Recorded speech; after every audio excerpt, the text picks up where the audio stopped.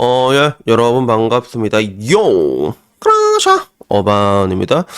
오늘 이야기는요, 연봉 1000만원이지만 행복하다. 왔다시는 프리터라는 주제로 이야기를 한번 해보려고 합니다. 한국 사회에서는 굉장히 이해할 수 없는 그런 느낌적인 느낌이 엄청 강하죠. 그죠? 어떻게, 야, 월급 1000만원을 잘못 본 거 아니야? 이렇게 들어오는 사람도 분명히 있을 건데, 연봉 1000만원이야. 그지? 한국에서는 이게 연봉 1000만원이라고 하면 300도 충돌이 되는데, 그지? 근데, 일본 내에서는 이런 식으로 사는 사람들이 조금 있는가 봐. 그래서 정확히 말하자면 프리터라고도 부르는데 나는 이 프리터 사람들을 조금 봤어. 동남아에 있을 때 조금 봤거든, 프리터. 그래서 디지털 노마드들도 굉장히 많이 봤지만 프리터도 몇 명 봤는데 아직도 기억나는 게 나이가 나보다 되게 어렸던 애였거든 당시. 근데 자기는 프리터다라고 이렇게 얘기를 하더라고. 그래서 일은 왜 그만뒀냐 그러니까 일이 족같아서 그만뒀다고 하는 거라서 그래 맞다 뭐 족같으면 뭐 어쩔 수 없지 뭐 이렇게 생각했는데 걔 좀 기억이 남는 게 되게 초식화된 느낌, 초식 동물 같은 애 있잖아. 약간 그런 느낌이었고 얘가 드론을 되게 좋아하더라고. 드론을 들고 와서 그걸로 막 촬영하고 그러더라고. 쿠알라 막 페트로나 타워 이런 거 막 찍은 거 보여주고 그러더라고. 그래서 아 일본에는 프리터들이 많다는 건 어렴풋이 알고 있었지만 근데 내가 실제로 만난 프리터는 걔가 처음이었거든. 그래서 아 저런 사람들이 실제로 있구나라고 하는데 어떻게 보면 이 프리터라는 게 일본에서 하나의 사회적 문제라고도 볼 수 있는데 이걸 사회적 문제라고 봐야 되나 하는 애매한 부분들이 되게 많아. 왜냐하면 이러나 저러나 얘들도 그냥 이 사회에서 기여하는 바는 있잖아. 일본에서는 알바도 세금 오지게 떼거든. 그래서 열심히 일하고 그런 것들이 있는데 이런 프리터의 모습이 돌아다니더라고. 코모리 야스오 39세라고 해서 일본에서 39세면 나랑 동갑이라고 보면 돼. 그지? 근데 이 사람은 일정한 직업에는 종사하지 않고 그리고 단기 아르바이트로 이제 돈을 모아서 후적 여행을 떠나고 집에 돌아오면 매일 자취를 하는 거야. 그리고 쌀 농가에서 수확 알바를 하면서 쌀을 받고 그리고 채소는 이제 직접 길러서 먹더라고. 그래서 채소 같은 것도 보면 나도 좀 요새 파테크 같은 거 좀 하고 싶더라. 파테크. 그래서 요새는 그 홈에서 이렇게 야채 기르는 거 있지. 그런 게 좀 있대. 그래서 옛날에 대파값이 겁나 올라간 적이 있었거든. 대파 한 단위 막 5천 원까지 올라간 적이 있었어. 나도 그때 아씨 대파는 내가 한번 키워서 먹을까 이런 생각이 든 적이 있었는데 근데 실제로 그렇게 자급자족하는 이 프리터의 영상이 돌아다니더라고 짤방으로. 그래서 도서관에서 책을 빌려보면서 또 이제 청경 우독의 세카이에 빠져가지고 결론은 연봉은 100만 엔이지만 그래도 인생은 충분히 즐길 수 있다라는 이런 얘기가 올라왔는데 이걸 본 한국인들의 반응은 그래. 에이 그래도 늙고 병들면 쟤들 다 죽대 이런 느낌도 있고 안빈낙도라고 할 수 있겠지만 실상은 부유하게 살고 싶어도 성공하고 싶어도 그러지 못하는 사회라 포기한 거 아니냐 이런 느낌. 그리고 저 정도면 양반이다. 목적 없이 부모한테 기생하는 인간들도 많다라고 이렇게 얘기를 하더라고.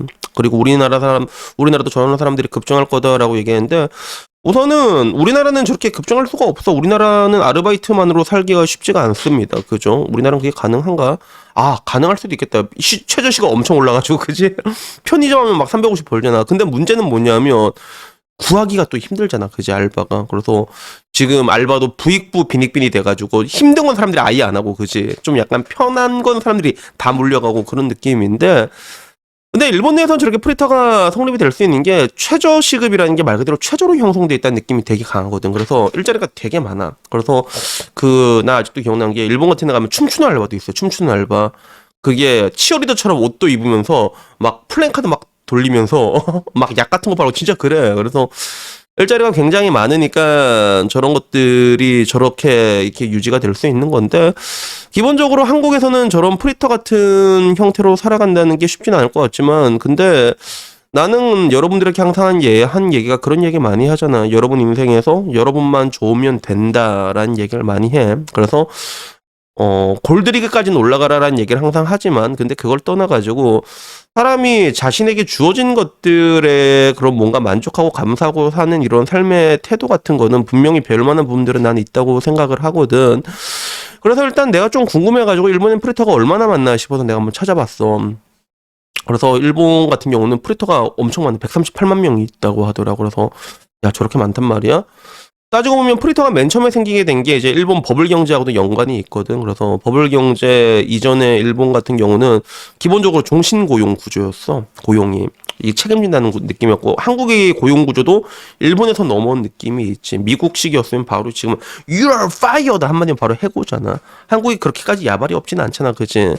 그래서 약간 90년대 일본의 1990년대를 빙하기라고 하는데 그때 프리터들이 엄청 많이 늘었거든. 엄청 많이 늘어났거든. 그래서 이제 쟤네들도 프리터가 되고 싶어서 된 건 아니었는데 근데 지금 와서는 이제 프리터로 살고 싶어하는 사람들도 되게 많아졌다 하더라고. 근데 통계로 봤을 때는 확실히 프리터는 줄어들고 있어. 그래서 빙하기가 끝나가는 2000년대 초반 같은 경우만 해도 그 몇 명이었지?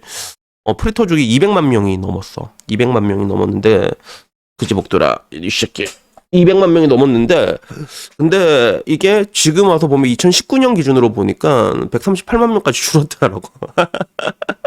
얘 자보는 그냥 하면 될 것 같다. 138만 명까지 되게 줄었고 그리고 되게 안타까운 거는 그 중에서 장년 프리터들, 나이가 많은 프리터들이 되게 많이 늘어나는 추세야. 반대로 나이가 많은 프리터들 되게 늘어나는 추세인데 근데 프리터들을 상대로 왜 프리터를 하냐, 실질적으로 일본 내에서도 프리터라는 느낌은 우리가 저렇게 영상으로 봤을 때는 그래도 야 그래도 뭔가 좀 안 빛낙도 같고 인생의 깨달음을 얻은 것 같고 저렇게 보이긴 하지만 일본 내에서의 프리터라는 건 사실 엠생 같은 느낌이 분명히 있거든. 사회 패배자 같은 느낌이 분명히 있단 말이야. 근데 왜 프리터를 하고 있냐라는 얘기를 물어보면 제일 많이 사람들이 대답하는 게 그냥 일이 편하다라는 얘기를 많이 해. 그래서 일이 편하다는 느낌은 어떤 걸까라고 했을 때 시간대적으로 자기가 원할 때 일을 할 수 있는 부분들도 분명히 있고 그리고 일본의 조직 문화는 한국보다 훨씬 더 빡신 느낌들이 있거든.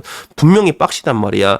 그래서 근무 같은 거 알바 같은 거 해도 우리나라처럼 막 핸드폰 보고 일하는 거 일본에서는 상상도 못 합니다, 여러분. 내가 그래서 일본에 있을 때 내 옛날에 텐진 쪽에 내가 살았을 때 편의점 맨날 가면 진짜 양아치 같은 애가 있었거든. 양아치 같은 누가 봐도 얼굴부터 눈빛부터 양아치 같은 애들이 있잖아.